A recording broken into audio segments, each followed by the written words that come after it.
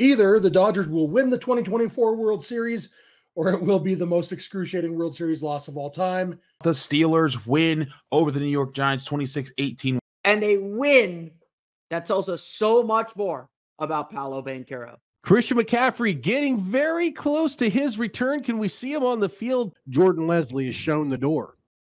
The Locked On Podcast Network presents The Big 6 in 60. The 6 biggest national sports stories from the local experts of the Locked On Podcast Network. Get the real story, why it matters, what's next, who wins the big game, and more, all in 60 minutes. The Big 6 in 60 starts now with the biggest story in sports. Either the Dodgers will win the 2024 World Series, or it will be the most excruciating World Series loss of all time. You are Locked On Dodgers, your daily Los Angeles Dodgers podcast. Part of the Locked On Podcast Network, your team every day. I guess let's talk about the elephant in the room. I don't know if Fat Joe qualifies as an elephant. Not anymore. Ozempic Joe. Yeah, Ozempic Joe. So I wasn't going to talk about this if it was just me, because I don't think anybody needs a 47-year-old country music fan's opinion on Ice Cube and Fat Joe. And also because Ice Cube's performance, I didn't hear because I was at my son's game. So I had my laptop muted until the game actually started.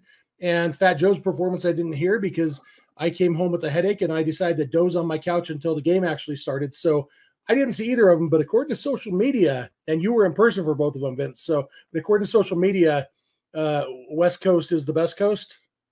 Yeah, definitely for this. It wasn't even like close at all. I've been to Dodgers. I mean, not Dodgers. I've been to Yankee Stadium twice, and one was a regular season game in 2016 as a fan. The other one was obviously this game 3 of the World Series. I couldn't have told you the difference in the crowd noise those 2 games. Like, it was obviously Fat Joe didn't help hype up the crowd before the game, because I feel like Ice Cube really hyped up the crowd in that game, and then the crowd kind of carried that momentum into the first inning for whatever that matters. But, they were excited and hyped, and, Fat Joe's performing, and I always feel like if I'm like, am I in the wrong spot? Am I missing like what it should be? But no, I don't think so. And if social media said the same, then the vibe was probably the same around the stadium. And then, the Dodgers got on the board in that first inning, and they took the crowd out of this game. The crowd was never in this game until Verdugo hit that 2-run homer, which, obviously makes sense. But by then it was probably like 60% of the actual crowd there, because a lot of people had left. So yeah, it was, I don't know. I don't want to talk smack about Yankee fans, because who knows what kind of fans were actually able to afford this game. But I definitely had way higher expectations and was a little disappointed. Even though you were down 2-0 after the first inning, like, it's a World Series game. Like, you guys, 2-0 is a bloop and a blast. Like, it's not like it was 10 or anything. But, yeah, I don't know. Yeah, or a walk at a blast, as we saw in the 9th inning. 2 runs is not insurmountable for a team of the quality of the Yankees. So, yeah, but let's talk about that first inning, because Shohei Ohtani walked on 4 pitches, which was an interesting approach by Clark Schmidt to, hey, we don't know if Shohei Ohtani can swing a bat. Let's not throw him give him a chance to prove it. Seems like if you're ever going to attack Ohtani, it would be when he just hurt himself 2 days ago. But he walked, and he ended up coming around to score. He didn't have to run hard. He just got the jog when Freddie Freeman hit a home run for the third straight game in this series, 5th straight World Series game overall for Freeman after homering in his last 2 games of the World Series in 2021, tying George Springer's record. Love to see him break that record, since George Springer set part of that record against the Dodgers. Let's get that one off the books. Yeah, Freddie Freeman, like I said in the ad read, he's basically locked up World Series MVP at this point. Yeah, that's a wrap. I don't even like. Maybe there's no one close enough to him to where they have like a 3-homer game in Game 4 that they still wouldn't catch him in the sense of not just the home runs, but how impactful they were. Like, obviously the first one was a walk-off. The second one was to add another run. It would have ended up being a close-ish game. And then, the third one was a home run that punched the Yankees in the mouth at home. Like, it was very easy to say, score early and take the crowd out of it. But that literally was what you needed to do in order to keep the momentum going. And that's what Freeman did. Like that, after that homer, it was quiet. You know, the Yankees never really, I mean, they didn't have a hit till the 4th inning. They had a couple threats here and there, but obviously some of them didn't work out. So yeah, like I said, even if someone hits 3 homers in Game 4 and the Dodgers win, that's still not enough to pass up Freddie Freeman. Yeah, absolutely. I got to ask, I'm interrupting our own conversation. Vince, did you do something different with your beard today, or is it the hotel lighting? Because that thing looks marvelous tonight. I think it's just the lighting and a little bit lighter black shirt. Okay, yeah, because it's like it's glowing and all wavy and everything. That thing looks a good looking beard. I'm a little bit jealous. All I can do is basically this. But yeah. So Freeman, obviously the huge blast, and then the Dodgers were able to tackle on. It wasn't the prettiest game for the Dodgers. They missed a lot of opportunities. The umpire took at least 1 run off the board when he called bases loaded, ball 4, and Will Smith strike 2, and then Smith ended up grounding out. There was a very close play at home plate that I think if Gavin Lux had been called safe on the field, that call still would have stood. It was just one of those, the call's going to stand no matter what happens. But all in all, like, really the Dodgers offense was done pretty early. They scored the 4 runs. They got a big bloop RBI single from Mookie Betts, and then a huge RBI single from Kike Hernandez. And then it was up to the bullpen. And, like I said in the first segment, Dodgers' plan was clearly to not let Walker Buehler face the top of the lineup a 3rd time and just trust the bullpen. And, I guess we can, now that you're here, Vince, maybe we could talk about that, like that approach with a bullpen game. We know it's a bullpen game of some sort on Tuesday for Game 4. And you kind of wondered, would they let, push Buehler a little bit farther? But seems like they were intent on, no, we are going to win this game, because realistically, winning the game to go up 3-0, they didn't technically win the World Series, but this game was a huge swing, just like in counts when an umpire misses a call and instead of 3-0, it's 2-1. That's a big difference. 2-1, the pitcher feels like he's still in the count. 3-0, pitcher's out of the count. And it's the same way with the games in the series. Like this game, I kind of loved how they just put their foot on the gas and said, no, we're going to win this one for sure, and then we'll worry about tomorrow. Yeah, I forget who it was, talking pregame on the field, and that's what we talked about. Like, not that Game 3 is more important than a Game 4, but yeah, Game 3 was kind of more important than a Game 4. Like, if you have a chance to win Game 3, you go all out to win Game 3, and you have, at the very least, you'll have arms to cover a Game 4 with Honeywell, Casparis, and Knack. Like, even if they all go 3, they all go, whatever it is. Like, those 3 guys could cover a whole game realistically if you want to. How well they would cover it remains to be seen. But, you want to go up 3-0. You want to go up 3-0, and however you get it. And, there was obviously they stayed away from trying in. Ryan Brazier getting the 8th inning was against the top of the order was one of those where you're like, all right, cool, let's see how this goes. And, it ended up working out. And then, Kopech gets it a little closer there in the 9th. But, regardless of all that, it was – this is the game you want. Now you need to win one of the next 4. Like, obviously, we hope it doesn't go that way, but winning 1 out of 4 is a lot better than winning 2 out of 3. Yeah, absolutely. It's got to be demoralizing for the team that is down 3-0. It's like, if they weren't hyped for this, like, I've been looking at prices for the game tomorrow. Prices are dropping like crazy, because the best case scenario for a Yankee fan is, we stave off elimination for another day. Like, it's hard to pay $1,000, $1,500 to go see that. So, it might be a Dodger friendly crowd tomorrow, because there might be a lot of people like me who are currently sitting at home, a couple thousand miles away from New York thinking, how low are tickets going to get? Let's look at flights. Could I be there tomorrow night? And we might see a Dodger friendly crowd. Yeah, I talked to a handful of people throughout the game, Dodger fans, and a lot of them were like, we only came for Game 3. But they're like, well, if the Dodgers win, I think we're going to have to make arrangements to change your flight, buy a ticket. Yeah, you have to. So, I do think that I would say that there was more Yankee fans at the first 2 games at Dodger Stadium than there were Dodger fans at this game. overall, I know there was good little pockets here and there, but it didn't matter because Dodger fans, like, I knew the Yankees were, well, not the Yankees, the team, but the Yankee fans were out of it when I think when they scored the 4th run, when Kike hit the single, Dodger fans started a "Let's Go Dodgers" chant, and Yankee fans didn't even try to drown out the sound or retaliate or anything. It was just, okay, these guys are saying "Let's go Dodgers." Yeah, that's always good, and I'm sure the players hear that in the dugout too. That, hey, look, we just stole their momentum, we stole their edge, and let's keep it going. Get ready to tackle the NFL action with FanDuel, America's #1 sportsbook, because right now new customers can bet $5 and get $150 in bonus bets if they win. The FanDuel Sportsbook app gives you everything you need to place live bets on the NFL all in one place. So when you get a hunch in the middle of the game, you can check out the latest stats, view live play-by-play, and so much more on the same page where you place your bets. I cashed Steelers -5.5. I cashed Broncos minus, I don't remember the number, but honestly, they couldn't have made the number high enough for me not to want to take the Broncos against the Panthers. They would have covered it up to 2 touchdowns.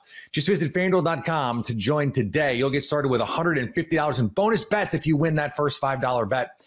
And that winning $5 bet could be an NBA game. Tonight, the Nets host the Nuggets. FanDuel loves the Nuggets in this one, has them favored by 6.5. While the Nuggets have been brutal to start the season. That's FanDuel.com. Never waste a hunch and make every moment more with FanDuel, an official sportsbook partner of the NFL.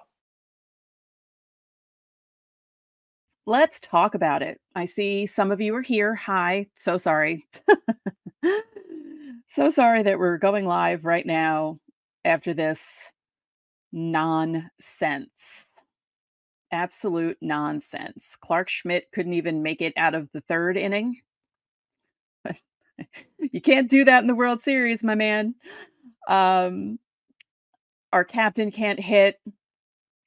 He's dragging the rest of the team down with him. The team can't hit against Walker Buehler. Oh my God, I can't even speak. Bueller. See, I'm so angry.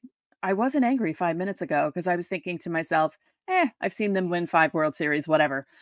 I feel bad for the people who, this is maybe the first World Series that they really remember, because I know some of you were younger when 09 happened, or maybe this is the 2nd World Series that you're seeing in your lifetime, and this is what you're treated to. This is what you're treated to. You're treated to your captain shrinking under the big lights. Oh, I'm sorry, he walked. My bad. Why did they send Stanton on that hit? I can run faster than Stanton and I need double knee replacement. This team, I say it all the time. And look, the team itself is to blame for not hitting the ball, right? But since Aaron Boone has been the manager of the Yankees, this is what's happened. 2018, they're humiliated by the Red Sox in the division series, a year after they took the Houston Astros to Game 7 of the ALCS. 2019, they get walked off on in the ALCS against the Astros. 2020, that infamous series against the Rays. Please. 2021, pitching Garrett Cole in the wildcard game when he had a bum hamstring. And what happened? He looked awful and they lost to the Red Sox again. 2022. Oh, right. No playoffs. Oh, no. 2022. Yes. Sorry. I forgot. The ALCS sweep. Another humiliating way to lose in the playoffs. I mean, yes, they made it to the ALCS, but can we have a playoff exit that isn't humiliating? Is that possible? Because it looks like it's going to be this year too. Anyway, I don't even know what to say. I really don't know what to say. These guys shrink at the first sign of adversity. I don't get it. I don't get it. So, okay, you lose Friday night in awful fashion. Your manager makes a dumb move. It was unfair to Nestor for Boone to put him in that position. And I don't think the other his teammates like that too much. And so, all right, brush it off, come back the next day and just forget it. Turn the page. It's a loss. I know a walk-off home run or a walk-off grand slam in the World Series seems like the worst thing in the world, but just brush it off, come back the next day. Can they do that? No, they can't do that. So then you're thinking, okay, day off, they go home. Maybe they'll be better at home. Against a guy with a 6 ERA? No, of course not. The Yankees were supposed to have the edge because the Dodgers didn't have starting pitching, or their starting pitching wasn't really great. Guys weren't lasting long. Like they'd have a good start and a bad start, or Yamamoto wasn't lasting 4 innings and Walker Buehler looked awful and he wasn't really even starting and he was being put in the bullpen, and Jack Flaherty was on and off and you didn't know how he was going to be. And the Yankees can't do anything against these guys. Nothing. Their approach is terrible. It's like they're not seeing the ball. I don't understand what the hell happened to this team. They look awful. They look awful. And they shouldn't look this awful.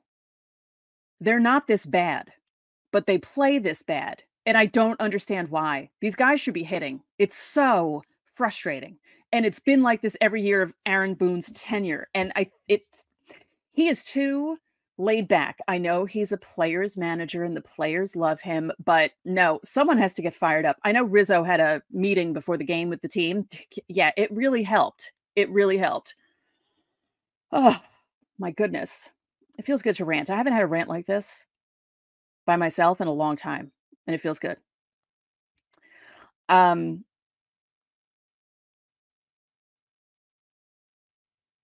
I'm sorry. I'm looking at comments.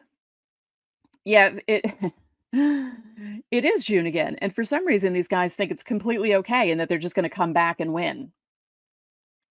No. Can they win one game? I really don't want to see a sweep. That's so embarrassing. Like, come on.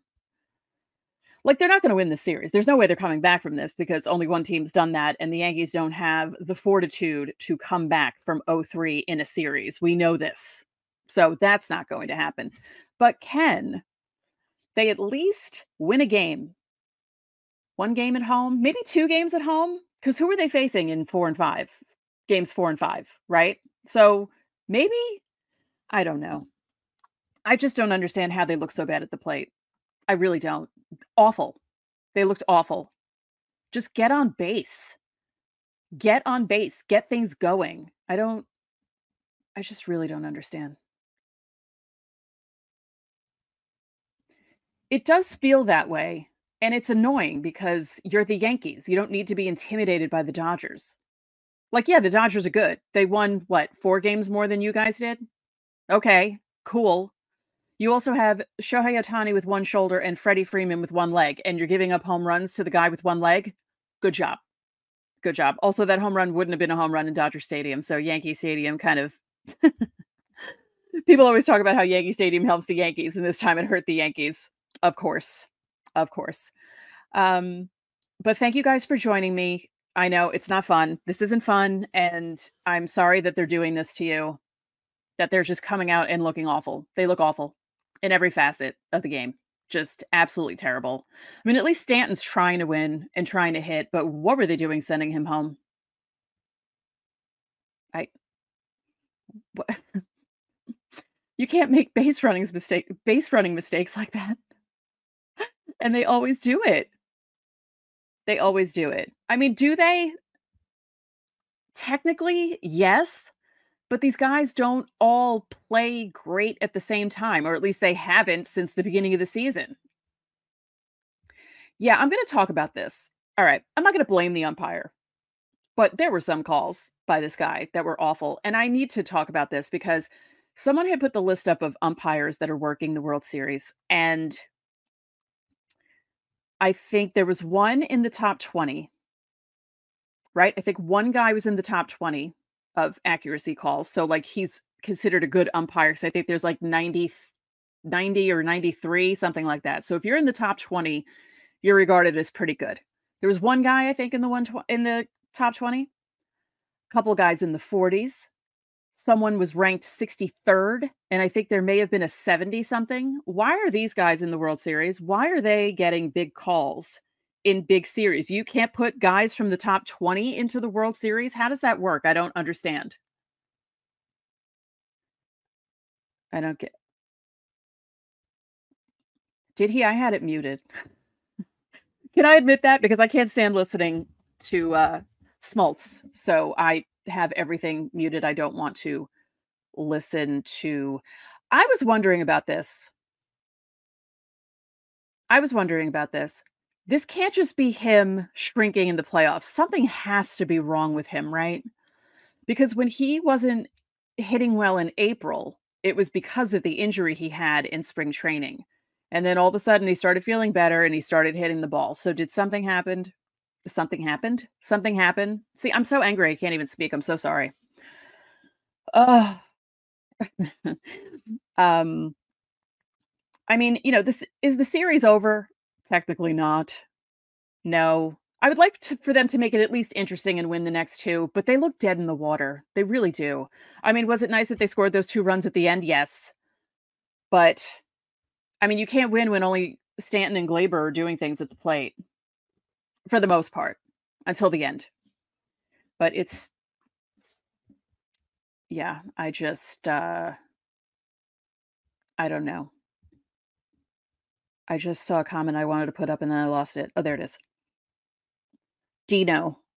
Umpires. Oh, no, it is a union thing and it's probably, well, that's why Angel Hernandez was in playoff series because he was one of the worst umpires ever. I will never get over the 2018 series against the Red Sox when he made those calls at first base. Where were there 3 of them that had to be reversed because he was so terrible? Like, if you can't ump on the bases, what are you even doing? What are you even doing? I know, and this is the thing that frustrates me. Ohtani hasn't really done that much. They're getting victimized by everyone else on the team. It's ridiculous. It's ridiculous. Oy, this is not how I expected it to go. I expected them to show some fight.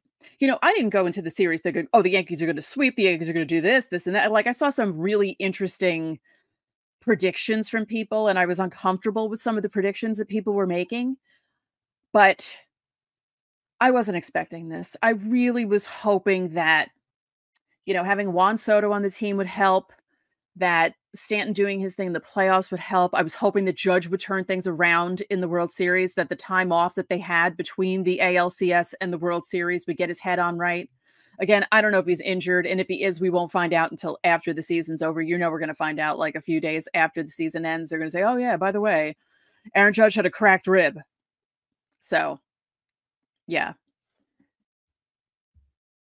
I'm not blaming the umps. I'm saying they're awful because they're awful for both teams. It's not just the Yankees. They need to have better umpiring crews in all the playoff series because we've seen it in every single playoff series, not just this one. So no, I'm not blaming the umps. I'm saying they just need to have better ones in the World Series. Yeah. Well, yeah, Freddie is doing stuff, but also,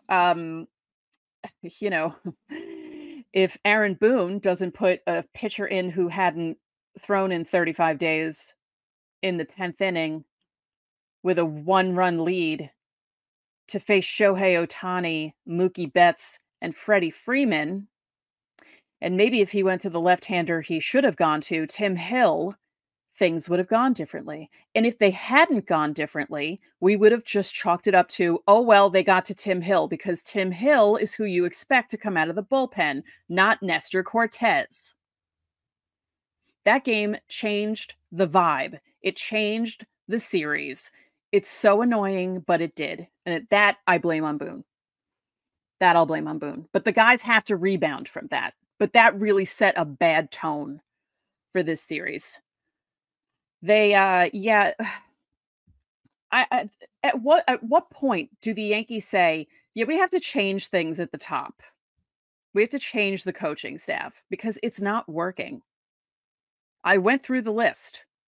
Since Boone has been here, every playoff exit has been humiliating. Humiliating. I'll blame Aroldis Chapman for 2020. I saw that home run. Who hit that home run on the Rays again? Someone in the chat tell me because I can't remember who it was. But I saw it happen before it happened, and I knew Chapman was going to be the one to give up that home run. Ridiculous. Yeah, and this is also annoying. The Yanks cannot wait until the 9th to play well. Yeah, like try and hit the ball before the 9th inning. Unless it's a 1-run game, then sure. wait till the ninth inning. But when you're down 4 runs, maybe try and do more to chip away instead of waiting till the ninth inning. I don't know, just a thought. The Steelers win over the New York Giants 26-18. You are Locked On Steelers, your daily Pittsburgh Steelers podcast. Now, I know there's going to be people out there. They're saying it right now. They're saying it at the screens. Who cares? It's the Giants. They're going to try to diminish this win because the Giants aren't a good football team. And they're right. Giants aren't a good football team. But this was the game that everyone says, "Oh, the Steelers they're gonna drop this one because they just had some really good wins and they can't stack wins." They might, this is gonna be the Mike Tomlin trap game or whatever. But here's the thing: there were several things that didn't go the Steelers' way in this game, and they still found a win. You have the touchdown; they got erased. The touchdown, the opening drive of the game, drives beautiful. It's perfect, and it gets wrecked by a face mask by Broderick Jones. We're gonna talk about him later. That touchdown gets erased. You have Van Jefferson missing his spot on a touchdown where if he just stays in the spot he's supposed to be in, Russell Wilson is putting the ball there. That's another touchdown. You have Calvin Austin breaking over the very next play. Russell Wilson not seeing him. That could have been a touchdown. George Pickens get a perfect pass, perfect hands, and just misses the ground by a blade of grass with one of his foot, gets another foot down twice, and it's not a touchdown. You had all those things not go your way. You still found a way to score 26 points, and you still found a way to win this game. This was a game, Steelers fans. This was a game that last year and the year before, and maybe even the year before that, the Steelers wouldn't have won. And it's not because the Giants were some immaculate team. They made some really good plays. But because the Steelers didn't dominate with the style of ball that they've been dependent upon to win them their games the past 3 years, even going back to Ben Roethlisberger's final year. The defense didn't have a bad game last night at Acrisure Stadium, but they also weren't dominant. They allowed 18 points. That's not terrible. You should be able to win against 18 points, but let's face it, a lot of times they hadn't. In fact, this is the first time the Steelers have won without you have won this year while not allowing 15 points. But they let up a 45-yard rushing touchdown. They let up some third and longs, even though generally they were pretty good on third downs, holding the Giants to 5 of 15 there.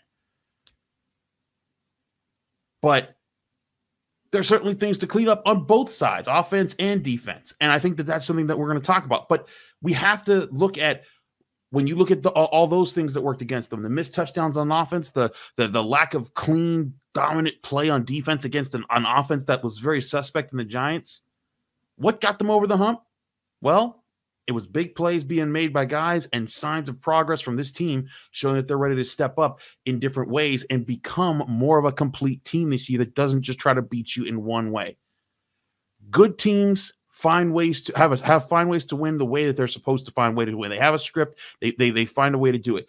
Really good teams are consistently finding that script and forcing that on opponents and winning that team. But great teams are the teams that are consistently doing that and then still finding other ways to beat you when their script is kind of knocked off course. And again, I'm not saying the Steelers are a great team, but this was an instance where I think a little bit of the script got knocked out of their hands and they kind of had to adjust. They needed a little bit more offense. They needed some big play on special teams again, and they got it done.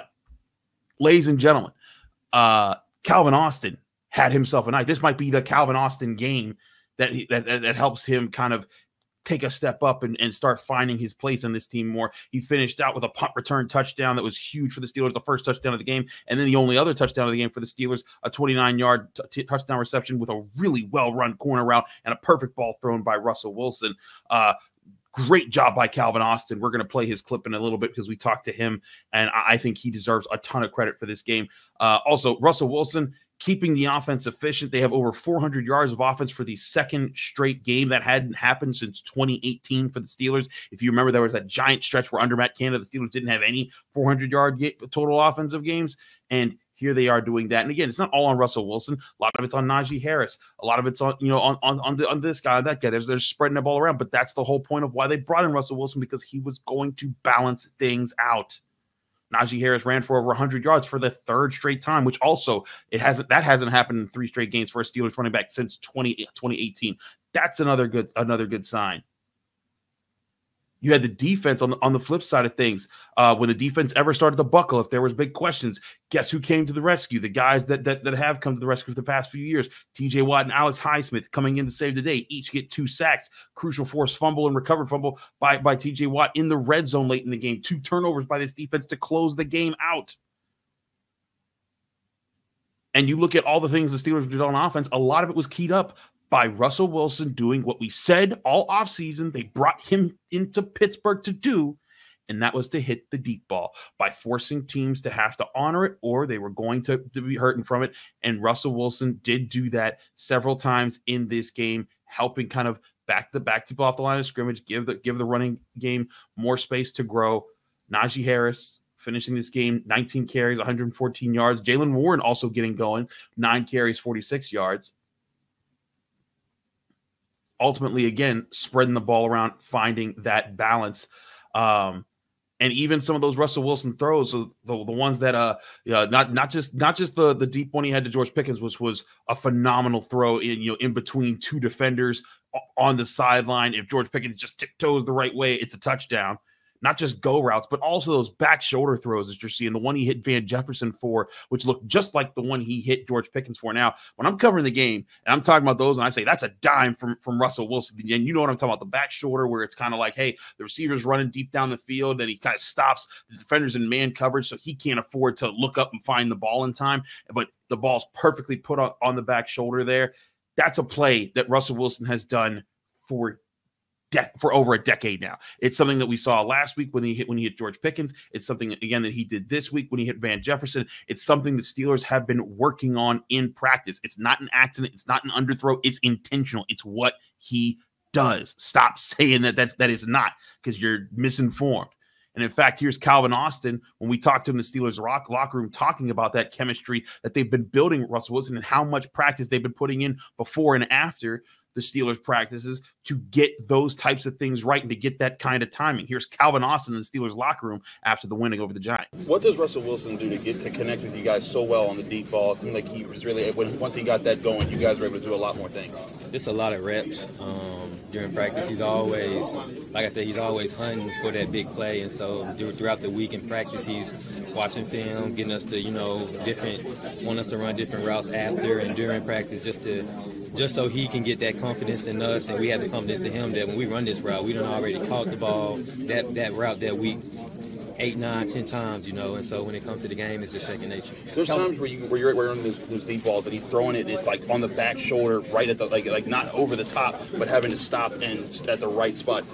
What is that something that you guys practice? How do you guys practice doing that, or is that just that in game we're just making adjustments? Just reps, with reps with Russ. We've gotten probably every type of ball, back shoulder, over the top, all that. We get a lot of reps in, we get probably more than extra, So in moments like this, though, this is where that's why you do it for moments like this, so it can pay off.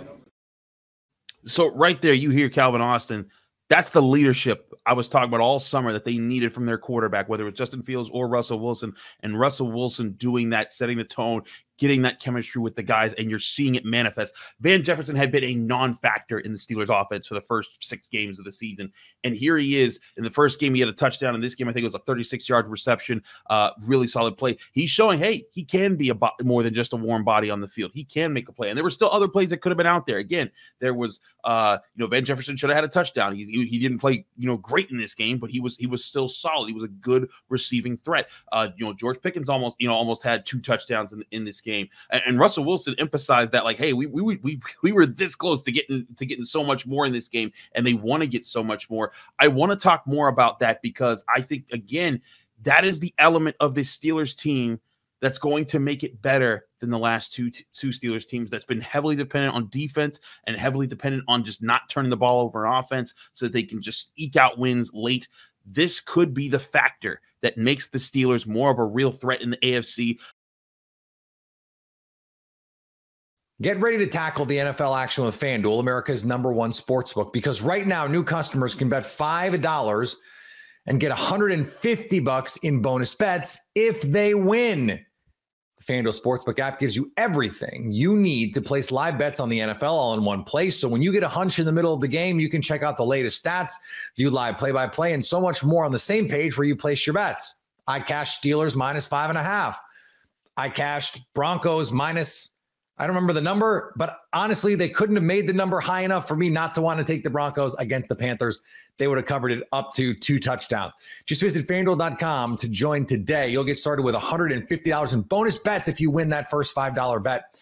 And that winning $5 bet could be an NBA game. Tonight, the Nets host the Nuggets. FanDuel loves the Nuggets in this one, has them favored by 6.5. While the Nuggets have been brutal to start the season. That's FanDuel.com. Never waste a hunch and make every moment more with FanDuel, an official sportsbook partner of the NFL. And a win that tells us so much more about Paolo Banchero. You are Locked On Magic, your daily Orlando Magic podcast. Paolo Banchero scored 50 points. It's first time that a Magic player scored 50 points since, I believe, Tracy McGrady, which is a very long time ago. I was very much humbled when I told him I was at the 63-point game in 2004.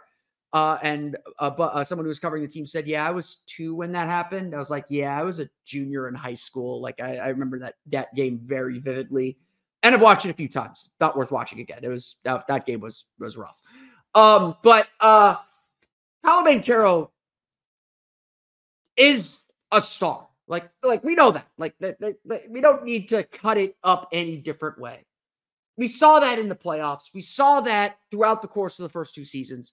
We know Paolo, for those of us who've watched Paolo Banchero his entire career, his entire time with the Magic, we know he is an elite player. We know that there's a reason why he was the number 1 pick. There's a reason why he screamed superstar. And there's a reason why the Magic have shifted and shaped this roster to build around him. They know he is the kind of player that can elevate the team and has elevated the team in the last 3 years. As much as there's a lot of holes to poke in his game, Paolo Banchero is capable of nights like this one, and that's why he is the centerpiece of this Orlando Magic roster. It was just like last year, we all knew it was a matter of time before he had his first 40-point game. It was a matter of time before he had his first triple-double. We all knew it was a matter of time before he had his first 50-point game. And the fact that he did it this way, this like stunning, just complete masterclass of a way, in a way that feels honestly like he left points and stats on the board, that he could have done more. That's the kind of star that Paolo Banchero will be. And Paolo Banchero is. Let's just look at the numbers. Just look at the numbers, just the raw numbers. Paolo Banchero in 39 minutes and 37 seconds. 50 points. 16 for 26 shooting from the floor. 3 for 9 from 3. 15 for 22 from the foul line. 4 offensive rebounds. 13 total rebounds. And 9 assists. He also added 2 blocks for good measure. This was a player who was just in complete control over everything. The Pacers did not have answers for him. He scored 37 points in the first half of the game, tying a franchise record. Tying the franchise record set by Tracy McGrady back in 2003 against the Denver Nuggets for most points in a half. Tracy also did it in the first half of that game. He had 19 points in the first quarter alone, 18 in the second. So yes, slow down a little bit. You definitely slowed down a little bit. We'll talk a little bit more about that here in a minute. This is the celebratory part of the episode, of the show. Paolo just made it very, very clear that after struggling against Brooklyn and struggling against Memphis, he wanted to come out aggressive. He wanted to get to the basket. He wanted to set a tone early. And you could just tell right away that this was going to be a special night because he was hitting everything. And I mean everything. And as we saw in the playoffs last year, when Paolo Banchero is hitting that mid-range jumper, you cannot stop him. When he is feeling confident and aggressive, he was literally bumping Isaiah Jackson and Pascal Siakam out of his way to get to the basket. Frankly, I think Jordi Fernandez, the Nets coach, said this before the game on Friday. Paolo Banchero is a train coming down the tracks. And when it's going, when it's rolling, when it's at full steam, you can't do anything but get out of the way or you're going to get called for a foul. And that's the mode that Paolo was in for the first half of this game, at least. And this is obviously the greatest we've seen of this mode. He had his career high, of 43 points. He scored a Kia Center high 37 points very, very quickly. Paolo Banchero was just plainly unstoppable. But this is the thing. This is why, this game is so fascinating, because Banchero was scoring all those points, but also getting others involved, finding Jalen Suggs for threes, finding teammates. And, he just dictated what he wanted to do. Now, this is a big point for Paolo Banchero. This is a big, big point for him. And one of the central things of this season. It's not always about scoring 50. And we'll talk a little bit more about that here in a minute. It's not always about getting to 50 points. It's that he understands, he sets the tone for the team. Paolo, one of the big things Paolo's working on this year, and admittedly working on, is his leadership.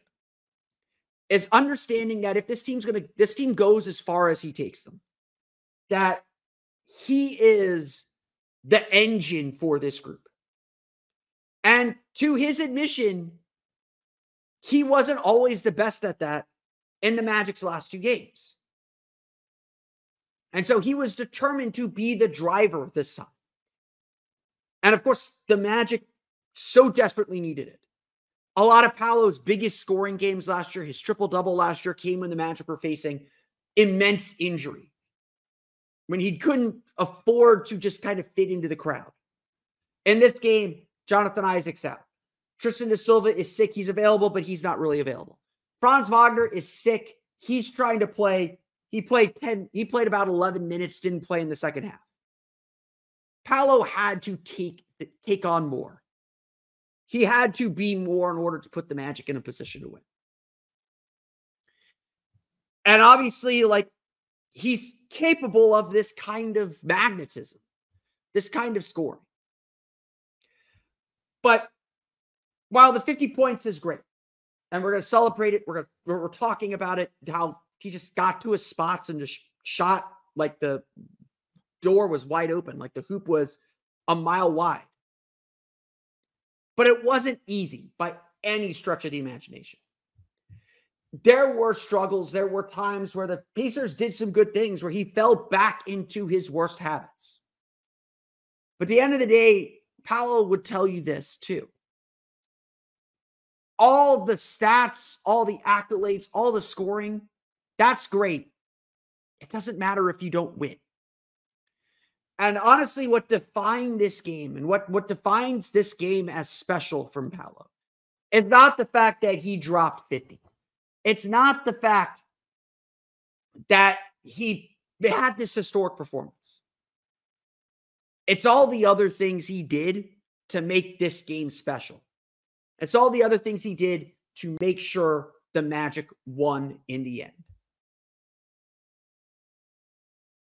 Get ready to tackle the NFL action with FanDuel, America's #1 sportsbook, because right now new customers can bet $5 and get $150 in bonus bets if they win. The FanDuel Sportsbook app gives you everything you need to place live bets on the NFL all in one place. So when you get a hunch in the middle of the game, you can check out the latest stats, view live play-by-play, and so much more on the same page where you place your bets. I cashed Steelers -5.5. I cashed Broncos I don't remember the number, but honestly, they couldn't have made the number high enough for me not to want to take the Broncos against the Panthers. They would have covered it up to 2 touchdowns. Just visit FanDuel.com to join today. You'll get started with $150 in bonus bets if you win that first $5 bet. And that winning $5 bet could be an NBA game. Tonight, the Nets host the Nuggets. FanDuel loves the Nuggets in this one, has them favored by 6.5. While the Nuggets have been brutal to start the season. That's FanDuel.com. Never waste a hunch and make every moment more with FanDuel, an official sportsbook partner of the NFL. Christian McCaffrey getting very close to his return. Can we see him on the field? You are Locked On 49ers, your daily San Francisco 49ers podcast. Part of the Locked On Podcast Network, your team every day. And according to Kyle Shanahan, Christian McCaffrey, quote, has had no setbacks. Looks like we're on track, but he's going to hit it hard this week while we're gone and simulate some practice stuff for himself. As long as it all goes good, hopefully we'll get him back at practice next week. So McCaffrey going to hit it hard this week during the bye, and this coming Monday, good chance Christian McCaffrey's practice window is reopened and he's potentially back on the field for the San Francisco 49ers in week 10. So we've got some other running back injuries behind him now too. So comes at a good time. That was kind of the plan we had talked about. It's like maybe expect McCaffrey back some point after the bye week. And it's looking like that's the direction this is going. And obviously the 49ers offense could use Christian McCaffrey. Any offense in the NFL could use a talent like Christian McCaffrey added to the mix. Who needs Christian McCaffrey when you have Isaac, don't call me Raheem Mostert, Garindo, right? Like he's running extremely well. I would like to see this. What combination of guys and how they utilize guys that have different skill sets, with Christian McCaffrey. Because Jordan Mason, drastically different. And I think that Garindo, very different, right? And this is a guy, Garindo, who looks like with every carry, he's getting a little bit more and more comfortable. He had a carry early in the season. It was like 1 carry, lost 2 yards, 49 yards. Hey, he stinks. Get him out of here. His vision sucks. And the more you see him carry the ball, he's getting a little more comfortable with Kyle Shanahan and those guys want. And he's starting to look better and better. Hitting the holes. You see the speed. You see the acceleration. I do think he brings a different element, a different dynamic to the backfield. So you add that with what you get from Christian McCaffrey, hopefully returning soon. How do they balance that with what Jordan Mason gives you as well? Because before, Jordan Mason was kind of the odd man out. It was like going straight from CMC to Elijah Mitchell. So do they want something a little different? Do they still want that thumper? Like, there's injuries to Jordan Mason. I know we're going to talk about, but just the backs as a whole, like how do you think that rotation will be? I think we won't see Isaac Garindo ever again. And I think we'll see Jordan Mason twice a game or something like that. I think that's the way Kyle Shanahan's been. So until we've seen him change how he runs things, then because it's not like we saw Patrick Taylor after Jordan Mason went down. Patrick Taylor's been, helping return kickoffs with Garindo. Garindo comes in the game. It's all Garindo. I don't think Patrick Taylor got a carry for the 49ers, was on the field at all. So Kyle Shanahan really, of all coaches in the NFL, loves using one guy.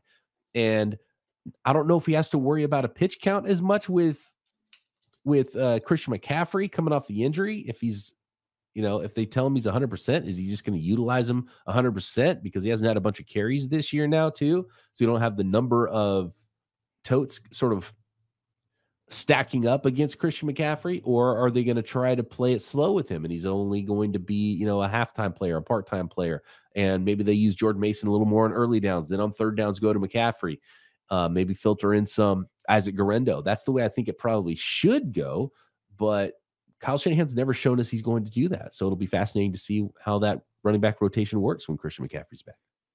One of the things I want to see is how does Christian McCaffrey help Brock Purdy? Right now, I would say, and I think most people would agree, that this has not been the most efficient version of Brock Purdy that we've seen in the 49er uniform. And when you look at some of the stats, I think there may be a reason why. Christian McCaffrey was a tremendous, I don't even want to call him a check down guy because he's so dynamic with the ball in his hands. And maybe a lot of these plays are kind of designed to get the ball in his hands. But, Christian McCaffrey is definitely someone who you want to you use him as a safety blanket. And with Brock Purdy, you're now talking about I don't know. I'm looking at his targets from last season. There's multiple games where he actually had 10 plus targets, 10 targets against Baltimore, 10 targets against Jacksonville. He had a bunch of other games where, 8 targets and 7 targets. So a lot of targets going to him. Now you don't have that guy that not only helps with your efficiency, but helps keep the chains moving, keep the 49ers on time. So with Brock Purdy right now, who seems to be kind of hanging onto the ball a little too long at times, looking downfield a lot. I'm curious to see, like, hey, how much does it help to get Christian McCaffrey back? And do we see a different version of Brock Purdy where now he's playing a little bit more in rhythm as opposed to this guy that's holding onto the ball just a little too long? I think it'll start to look a little bit more like we saw against the Cowboys, especially in the second half of the game, because there was more screens in this game. There was more short stuff and catch and run stuff. The yards after catch were back, and they've been kind of non-existent for the 49ers, especially to start the year, as the 49ers have thrown the ball more downfield, and Brock Purdy's been more aggressive. I don't know if that was by design with Kyle Shanahan, or if Brock Purdy was just going out there and trying to be more aggressive and throw the ball downfield more. But the 49ers were last in YAC, which is insane for a 49ers Kyle Shanahan offense. But against, and David Lombardi relayed the yards per, or the YAC yards per reception this season in every game. And the 49ers were very low to start the year, 3.4, 3, and 3.1. So about 3 yards after the catch per reception in weeks 1 through 3, which is very low. It jumped up a little bit to 6.1 yards in week 4. Week 5 was 5.3 yards. Against the Seahawks in week 6, it was 7.1 yards. Went back down to 4.3 yards per catch after the catch in week 7 against the Chiefs. And then a season high in week 8, 7.8 yards after the catch per reception. And so the 2 best games the 49ers have played this year had their 2 highest yards after the catch in week 6 against the Seahawks, week 8 against the Dallas Cowboys. And I guess you could say that the New York Jets was a really good game for the 49ers in week 1, but maybe that's what surprised some people in week 1. And now we know the Jets aren't as good of a football team as we thought in week 1 as well. But, and all those things, it's harder to have more yards after catch if you're throwing the ball further down the field. But I think obviously the 49ers are kind of settling into where they've always been before, and where we more expected them to be, with shorter passing game, get the ball out in your playmakers' hands. And obviously Christian McCaffrey is going to add to that. And they're going to dial up stuff for him specifically to do those things. So I think that's probably a big aspect of how this is going to go going forward, with how Christian McCaffrey helps Brock Purdy, because it's not like a check down situation. Although I think when they are throwing hot and Christian McCaffrey is part of that, he can actually be dynamic in that as well. I think the bigger question with Christian McCaffrey now is, does Kyle Shanahan help McCaffrey, protect himself? And we've seen Kyle Shanahan, whether you're 100% healthy or if you're going into a game taped and bandaged up, he doesn't care if he has to run you 25 times, even with these injuries. So can Kyle Shanahan save Christian McCaffrey, but can someone save Kyle Shanahan from ruining Christian McCaffrey and having him even more banged up? Christian McCaffrey coming back, maybe Kyle wants to ease it in there, but if we know anything about Kyle, once you say you're healthy and you're ready to play, heck, Deebo Samuel last night, a guy coming into a game with pneumonia, people are wondering what is his load going to be like in this game? Are they going to play him a lot? Is he going to be on the pitch count? No. Oh, we got Deebo. He's ready to play. Cool. We're throwing him the ball early and often. We're giving him handoffs. We're throwing him a bunch of screens. We're throwing them back-to-back screens. Whatever we got to do to get the ball in his hands, because he's out there on the field, we're going to do it. And I think sometimes, Kyle Shanahan, there's got to be somebody, a voice up top. Maybe his dad. Hey, Kyle, chill out just a little bit. This guy just came back. Let's ease this guy in a little bit. And I hope they do that for Christian McCaffrey, because the season's not ending tomorrow. You're going to need this guy in the next few months. We'll see. Christian McCaffrey could be nearing his return to the San Francisco 49ers lineup for the first time this season. And I know one thing, fantasy owners, put Christian McCaffrey in your lineup when he is back. He'll get utilized plenty, even if it's not the full load. Get ready to tackle the NFL action with FanDuel, America's #1 sportsbook, because right now new customers can bet $5 and get $150 in bonus bets if they win. The FanDuel Sportsbook app gives you everything you need to place live bets on the NFL all in one place. So when you get a hunch in the middle of the game, you can check out the latest stats, view live play-by-play, and so much more on the same page where you place your bets. I cashed Steelers -5.5. I cashed Broncos minus, I don't remember the number, but honestly, they couldn't have made the number high enough for me not to want to take the Broncos against the Panthers. They would have covered it up to 2 touchdowns. Just visit FanDuel.com to join today. You'll get started with $150 in bonus bets if you win that first $5 bet. And that winning $5 bet could be an NBA game. Tonight, the Nets host the Nuggets. FanDuel loves the Nuggets in this one and has them favored by 6.5. While the Nuggets have been brutal to start the season. That's FanDuel.com. Never waste a hunch and make every moment more with FanDuel, an official sportsbook partner of the NFL. Jordan Leslie has shown the door. You are Locked On West Virginia, your daily podcast on the West Virginia Mountaineers, part of the Locked On Podcast Network, your team every day. Well, you guys asked for it, and here it is. Jordan Leslie has officially been let go. CBS reported it first, and then multiple media outlets around West Virginia reported it. It is now a national story. Jeff Kuhns will replace him as defensive coordinator, who, to a lot of people I've spoken to, is a bright defensive mind. We'll see how that goes. Wouldn't be surprised to see him stay there if this team does anything down the stretch. All right, so let's read this by Micah Osti really quick because it was the first one I could see pop up. West Virginia fired defensive coordinator Jordan Leslie on Tuesday in the middle of their final bye week of the regular season. WB Sports Now was able to confirm this news soon after the CBS Sports initial report. The move to cut ties with Leslie in the middle of his 6th season on the WB staff. He initially arrived in Morgantown along with head coach Neil Brown in 2019 as a defensive line coach. Leslie was then promoted to co-defensive coordinator in 2020 and then top defensive coordinator in 2021. WV inside linebackers coach and special teams coordinator Jeff Kuhns will take over as defensive coordinator moving forward. After an improving in 2023 following a rough 2022 campaign, the West Virginia currently ranks 3rd worst in the entire Big 12 and has been a factor in the Mountaineers' 4-4 and 3-2 Big 12 record to this point. Jordan Leslie, a nominee for the 2020 and 2021 Broyles Award list, is in his 6th year on the Mountaineer football coaching staff and 4th as defensive coordinator. Under Leslie's guidance, the Mountaineers defensive coach competes each year as one of the best units in the Big 12 in the nation until the last couple of years. In 2023, West Virginia's defense was produced 6.5 tackles per loss per game, ranking number 2 in the Big 12, number 14 amongst Power 5 schools. The Mountaineers showed an improvement of 40 places in 2022 from 67 to 27, and in 2023 it ranked number 1 in the Big 12 in sacks, averaging 2.5 per game, tied for 19th in Power 5. 33 were the most since 2019, and where WVU held 11 of its 12 opponents to fewer than 300 yards passing.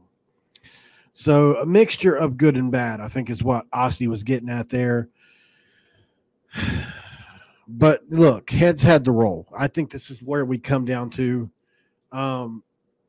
It was Jordan or Neil at this point. I think it's basically what you have to consider. The billboards put a lot of public pressure on university staff members, Rim Baker and Gordon Gee specifically.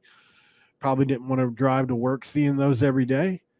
And now the very next day, it's not a coincidence that the day after that West Virginia and Neil Brown had his weekly news conference or press conference, I'm sorry, that this move comes down.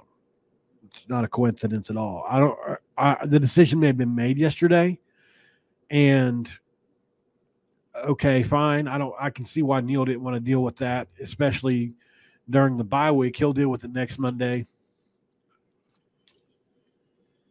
And I'm sure he'll come up with a opening speech for that and thank Jordan Leslie for everything he's done. And look, Jordan Leslie has been an exemplary member of the community.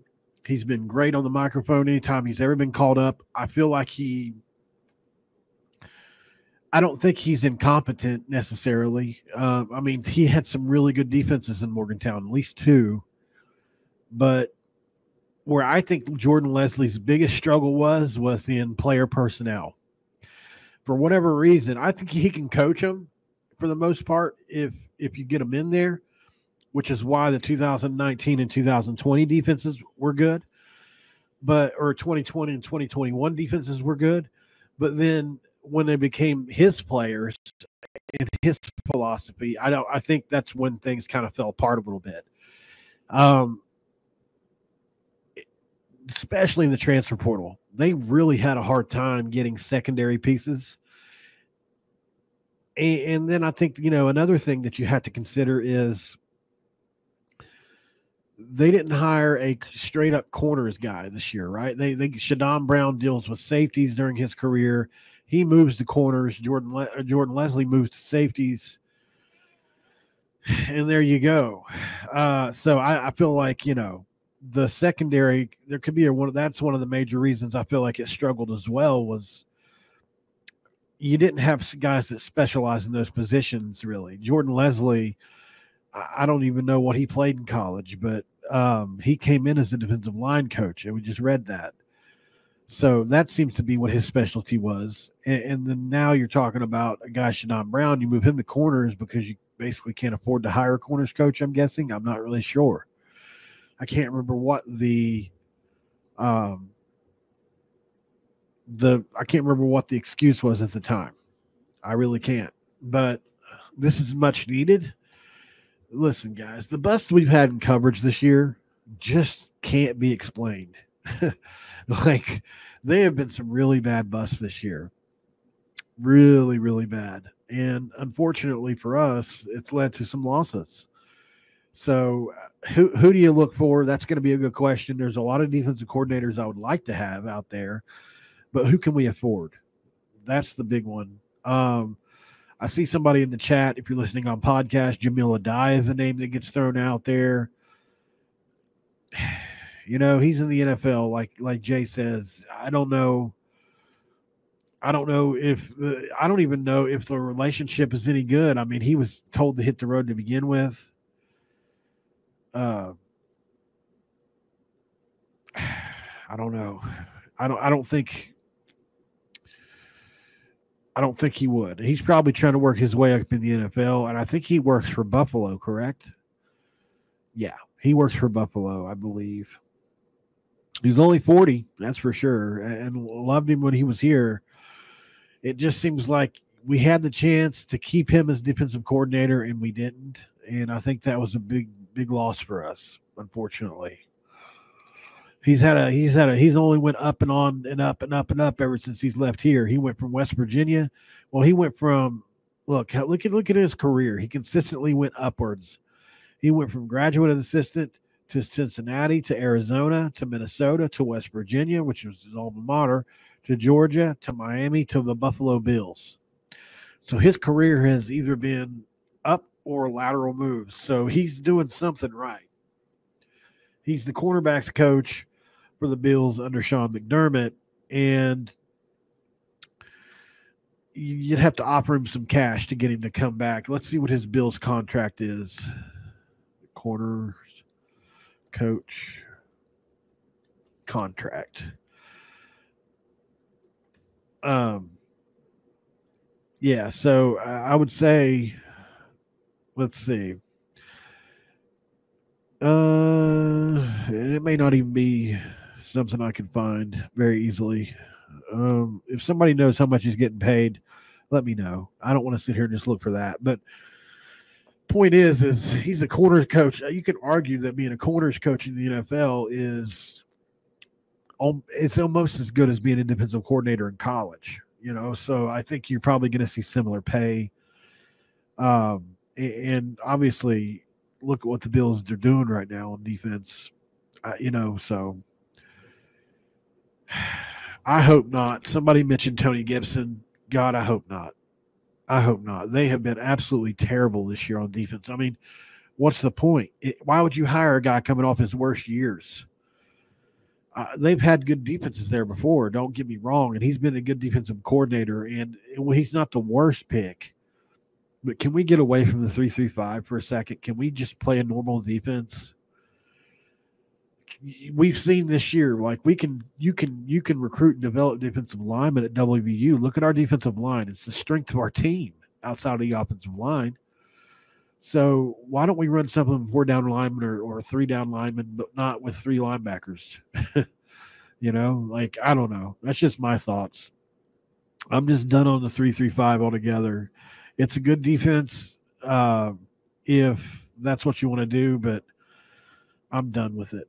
I really am.